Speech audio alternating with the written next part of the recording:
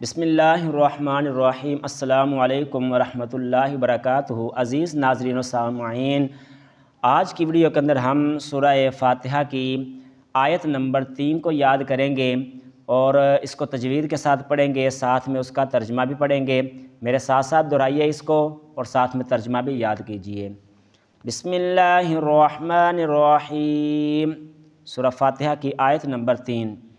مالک یوم الدین۔ بعض لوگ اس کو مالکی پڑھ جاتے ہیں، تو یہ مالکی نہیں پڑھیں گے، یہ ہے مالکی یوم الدین، مالک یوم الدین۔ پھر پڑھ لیں مالک یوم الدین۔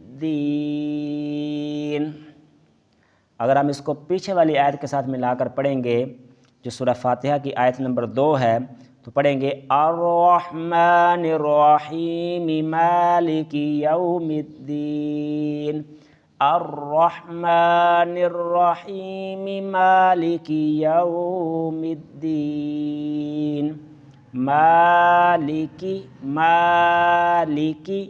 یوم الدین۔ امید آپ کو یہ یاد ہوگی۔ آئیے اب ہم اس کا ترجمہ پڑھتے ہیں۔ روز جزا کا مالک، مالک یوم الدین، روز جزا کا مالک، یعنی جو آخرت والا دن ہے اس کا مالک، روز جزا کا مالک۔ یہ تھی ہماری آج کی سورہ فاتحہ کی آیت نمبر 3۔ تو انشاءاللہ ہمارے ساتھ رہیے۔ آہستہ آہستہ روزانہ کی بنیاد پر ایک آیت آپ یاد کریں گے تو آپ کو پورا قرآن پاک یاد ہو جائے گا۔ والسلام۔